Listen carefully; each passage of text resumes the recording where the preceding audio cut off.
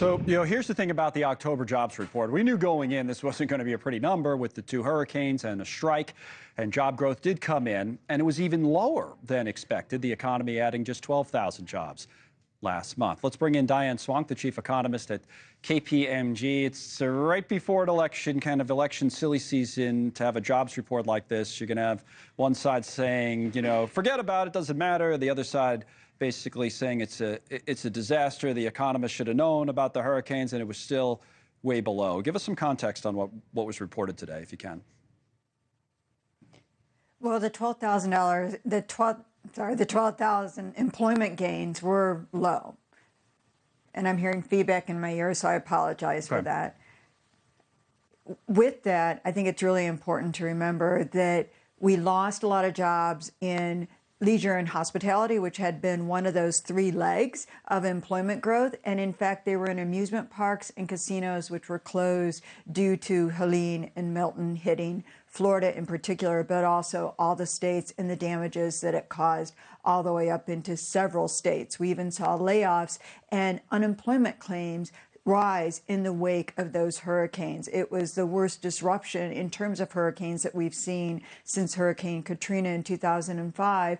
And back then we saw for 2 months that suppressed payroll gains. So even though we knew that it was out there, it was really hard to get a sense of how much would it actually impact the employment numbers. We also know a big factor affecting the employment numbers was a major loss in temporary employment.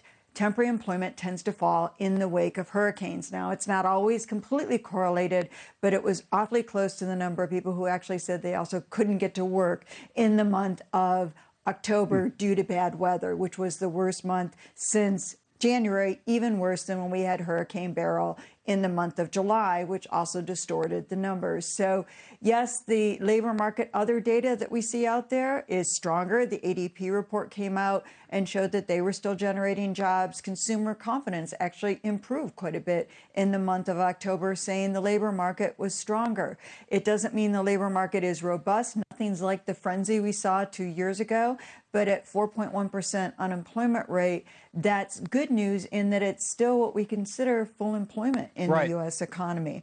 Is it easy and perfect? No, but it is still a very solid number. Now, there are two surveys in the way we calculate how many jobs are added each month and how we figure out what the unemployment rate is, right? And they're different in the way they look at it. So are there times, most of the time, I think we're trained to look at how many jobs we add and gives us a sense of how healthy the economy is working. But are there times when it's better to look at the unemployment rate, or how do you look at the distinction between the two at a time like this? Well, it's important. Remember, back in July, we had breached what was called the SOM rule, which is an early recession indicator. Historically, it's predicted every recession since the 1950s. And we breached it July, August, September, and in October, that 4.1%.